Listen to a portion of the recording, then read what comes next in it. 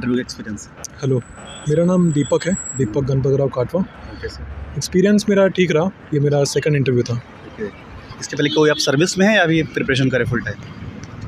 मेरा last attempt में 717 rank आया था। इंडियन रेलवे मैनेजमेंट सर्विस मुझे मिला था, बट मैं आरबीआई में हूँ और मैंने यही कंटिन्यू किया। I am working as a manager in RBI. Okay, अभी सर किसके बोर्ड में था और कुछ अगर क्वेश्चन आप रिकॉल कर सकें, कैसे कैसे क्वेश्चन आए थे, किस एरिया से, तो बताएं थोड़ा सा। दिनेश दासा सर का बोर्ड था एंड बोर्ड में दासा सर थे एंड 4 अदर मेंबर्स थे। It was a round table. दासा सर ने पहले बैंकिंग से शुरुआत की। मैं आरबीआई से हूँ, तो मुझे पूछा कि क्यों डिस्ट्रिक्ट कोऑपरेटिव बैंक्स में एनपीए रेशो कम है शेड्यूल कोऑपरेटिव बैंक से। सेकंड, उन्होंने कुछ 5 लिस्ट किए थे रिफॉर्म्स सिंस इंडिपेंडेंस, जैसे GST demonetisation, nationalisation, LPG reforms और जीएस डिमोनेटाइजेशन, ऐसे 4-5। तो मुझे रैंक करने बोले कि कौन सा सबसे इम्पोर्टेंट है। 1 to 5 मुझे रैंक करने बोला एंड रीजंस देने बोले थे। अपार्ट फ्रॉम दिस मेरा पॉलिटिकल साइंस ऑप्शनल था, तो मुझे पूछा कि जो ट्रम्प की पॉलिसीज़ है उसमें क्या पूरा स्ट्रक्चरल चेंज आ रहा है ग्लोबल पॉलिटिक्स में, उसके रिगार्डिंग था। प्लस जो सेकंड मेंबर थे उन्होंने मुझे एग्रीकल्चर के बारे में पूछा था कि what reforms should be done in agriculture. और जो फाइनल बोर्ड मेंबर थे उन्होंने मुझे ये भी पूछा था कि going forth for the next 2 decades 3 decades what will be the major areas of contention, कौन से मोस्ट इंपॉर्टेंट एरियाज रहेंगे। ये ऐसे 3 पूछे थे क्वेश्चंस मुझे। और उसके पहले बस इतना याद आ रहा है sir. Okay, it's all right sir. इस साल का सर प्रीलिम्स अभी 25 मई को होने वाला है। मैं मेनली आप इस पे बात करूँ क्योंकि अभी बच्चे उसी की प्रिपरेशन कर रहे हैं, एस्पिरेंट जो हैं। तो अभी आपका जैसे जो समय बचा है, लगभग 1 से 1.5 महीने बचा है, इस 1.5 महीने में आपका क्या अप्रोच था, और आपको अगर सजेशन देना हो तो आप उनको क्या एस्पिरेंट को सलाह देंगे कि अभी उनका पढ़ाई का क्या अप्रोच होना चाहिए? यस, इस रिगार्ड में मैं डेफिनेटली कुछ हेल्प कर सकता हूँ, क्योंकि मैंने मेरा ये 4th प्रीलिम्स मैंने क्लियर किया था। तो चारों प्रीलिम्स में मेरा कंफर्टेबली क्लियर हुआ है। तो इसके रिगार्डिंग एस्पिरेंट्स को यही हमेशा मैं एडवाइस देता हूँ जिन्होंने भी पूछा है कि you make your basics as strong as possible. जो बेसिक बुक्स है, economy, polity, geography, environment, history, वो आपको बार बार पढ़नी है। करंट अफेयर आप पढ़ रहे हो, एक मैगजीन पढ़ो, वही बार बार पढ़ो। आप टेस्ट सीरीज़ दो, टेस्ट सीरीज़ बहुत सारे दो। टेस्ट सीरीज़ के मार्क्स से कुछ लेना देना नहीं है। आप टेस्ट सीरीज़ से सीखो कि उसमें सोल्यूशन है, सोल्यूशन पढ़ो। अपने जो गैप्स इन प्रिपरेशन है वो आप टेस्ट सीरीज़ से फिल करो। और प्रीवियस ईयर क्वेश्चंस आप नेक्स्ट 10-15 ईयर्स, लास्ट 10-15 ईयर्स के क्वेश्चंस उठा लो। Not just question, you need to study the options also, क्योंकि बहुत सारे प्रीवियस ईयर रिपीट होता है। तो मेरा यही हमेशा स्ट्रैटेजी रहा था कि making fundamental strong. Current affair मैंने बहुत कम हमेशा एम्फेसिस दिया है, because I knew it was very dynamic and less yielding in terms of value of marks. और प्रीवियस ईयर था, एक टेस्ट सीरीज था एंड रिवीजन ऑफ बेसिक्स। ये 3 से मेरा हमेशा हुआ है एंड कॉन्सेप्ट हमेशा क्लियर होने चाहिए। तो वही अप्रोच रखो एंड कॉन्फिडेंटली दो। डर के जाओगे एग्ज़ाम में तो आप जो पता है आपको वो भी आप नहीं कर पाओगे सही। मेरे साथ वही हुआ था सेकंड अटेम्प्ट में, क्योंकि टेस्ट सीरीज़ में मैं हमेशा स्कोर करता था 120, 130। लेकिन जब एग्ज़ाम की बात आई, मैं इतना नर्वस था कि मैं पहली रात में सो ही नहीं पाया एग्ज़ाम के। तो जब मैं उस पेपर में 100-110 स्कोर कर सकता, मैं उसमें 80 स्कोर किया मेरे इन माई सेकंड प्रीलिम्स इन 2019।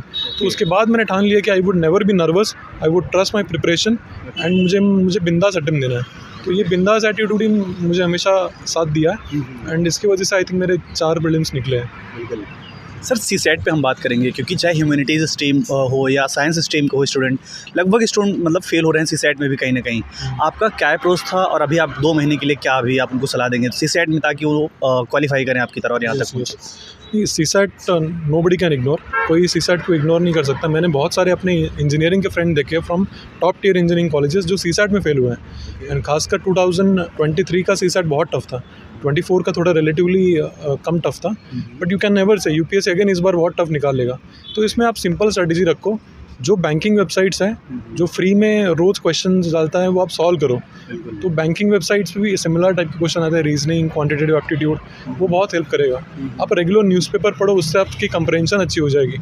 तो आप आइडेंटिफाई करो ना आपका कौन सा स्ट्रेंथ एरिया है। आपको लगता है कि इंग्लिश आपका स्ट्रेंथ है तो आप उसको स्ट्रॉन्ग रख के आप क्वांट एंड रीजनिंग कुछ दोनों में से एक कोई स्ट्रॉन्ग करो। अगर आपका क्वांट स्ट्रॉन्ग है तो यू मेक रीजनिंग स्ट्रॉन्ग और इंग्लिश स्ट्रॉन्ग। तो इधर 3 में से 2 कोई आप स्ट्रॉन्ग करो, प्रीलिम्स सीसैट आराम से निकल जाएगा। एंड जब एग्ज़ाम में आप जैसे इसमें चैलेंजिंग ये होता है ना कि दोपहर में 2 to 4 ये होता है CSAT का टाइम, तो उससे इशू क्या होता है बहुत बार कि आदमी प्रीलिम्स देके एकदम GS1 देके थक गया होता है, तो दोपहर के टाइम में धूप होती है बहुत सारी, बिल्कुल समर की वजह से, तो दिमाग काम करना बंद कर देता है। तो आप जो 2 घंटे मिलते हैं उसमें ना रिलैक्स करो, प्रिपरेशन जो पहले की है आप रिलैक्स करो, सो जाओ 1 घंटा, वो आपको बहुत हेल्प करेगी, क्योंकि काम माइंड से जो आप एक्टिव माइंड से आप सॉल्व करोगे ना, आपको क्वेश्चन स्ट्रेटेजिकली चूज़ करना है। ईजी वहाँ पे लो हैंगिंग फ्रूट्स बहुत होंगे, 80 में से 20 तो ऐसी होंगी जो ईजी है, और आपको राइट करने में भी 23-24 क्वेश्चंस, इससे ज़्यादा तो नहीं, मे बी 25-26 या 26।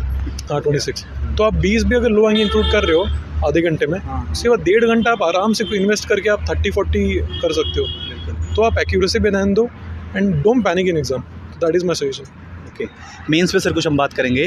मेंस में जो क्रूशियल फैक्टर्स होते हैं जहाँ से आप नंबर गेन्स कर सकते हैं, ये आपका एथिक्स पेपर हो गया 4th, आपका ऑप्शनल हो गया, और आपका एसे का पेपर हो गया, इन तीनों पे आपका अलग अलग क्या अप्रोच था, आप कैसे इनको तैयारी की, आपकी क्या प्लानिंग थी, कैसे आपने नोट्स वोट्स इन सब के बनाए थे या नहीं, इन तीनों पे आपका ज़रूर सलाह लूँगा।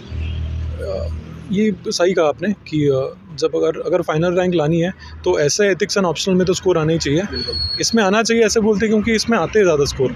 एंड विथ अगर एथिक्स की बात करूँ मैं, तो this is the most yielding paper in terms of marks, क्योंकि कम सिलेबस और कम पढ़ के भी आप मार्क्स ला सकते हो। ये compare to any other GS paper, उसका आप कोई भी बुक उठा लो, 1 बुक पढ़नी है, बाकी GS पेपर का आपको 4 बुक पढ़नी होगी। तो एथिक्स के यू फॉलो 1 सोर्स, आपकी जो फंडामेंटल्स हैं, कोई इंटेग्रिटी का डेफिनेशन क्या है, प्रोबिटी का डेफिनेशन क्या है, ऑनेस्टी का क्या है, ये डेफिनेशन आपको पूरे याद होने चाहिए, आपको एग्जांपल्स याद होने चाहिए।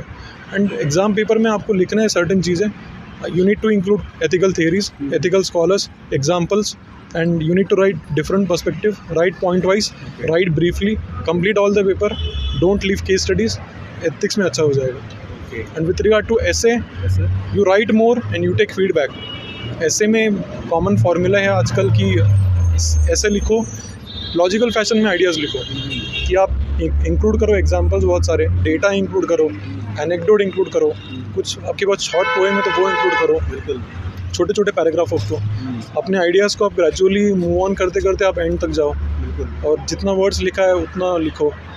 तो अगर आप, it's all about practice in ऐसे, इन माई ओपिनियन। आप एग्ज़ाम के पहले अगर 2-3 भी टेस्ट सीरीज देते हो, अराउंड 6 एसेस, तो I think it's very beneficial.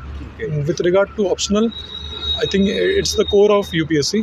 तो जो भी ऑप्शनल है आपका, same strategy, 1 source, repeated revisions, test series, evaluation, and then working on feedbacks, revision again, writing again, and then again repeating the cycle. इसमें कोई shortcut नहीं है, आप हमेशा सेम चीज़ें बेसिक करो, यू विल डू वेल।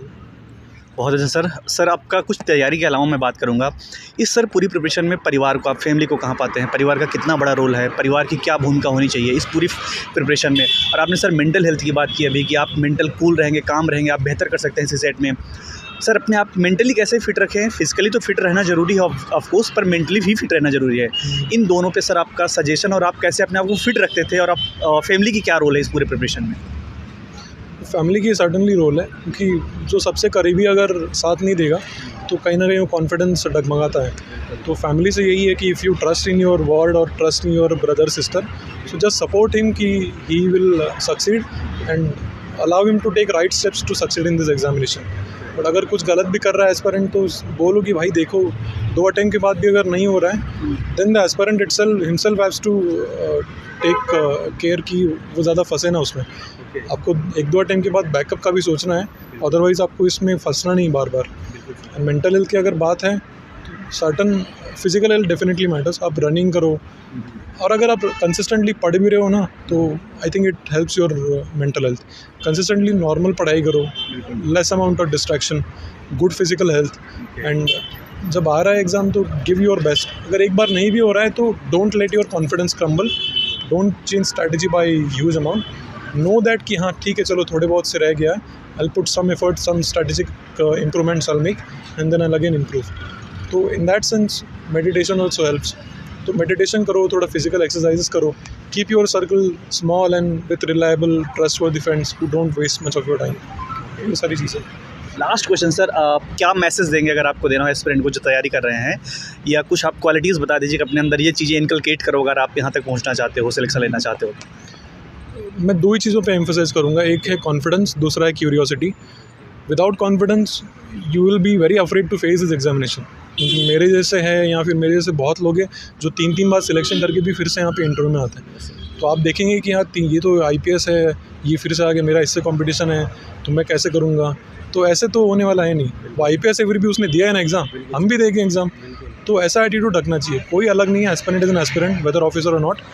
तो you should have confidence in your self, confidence in your preparation.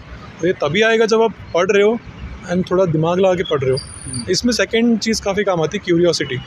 तो आप जो भी पढ़ रहे हो ना चीज़ें, लेट्स से आप आज न्यूज़ आया कच्चतीवो आइलैंड का, यू शुड बी क्यूरियस, ये कहाँ है Katchatheevu island, what is the history behind it, what is the dispute, some question comes on it, how will I answer, what is that state of India Sri Lanka relations, what are the hurdles, what are the recent improvements, what can we do further।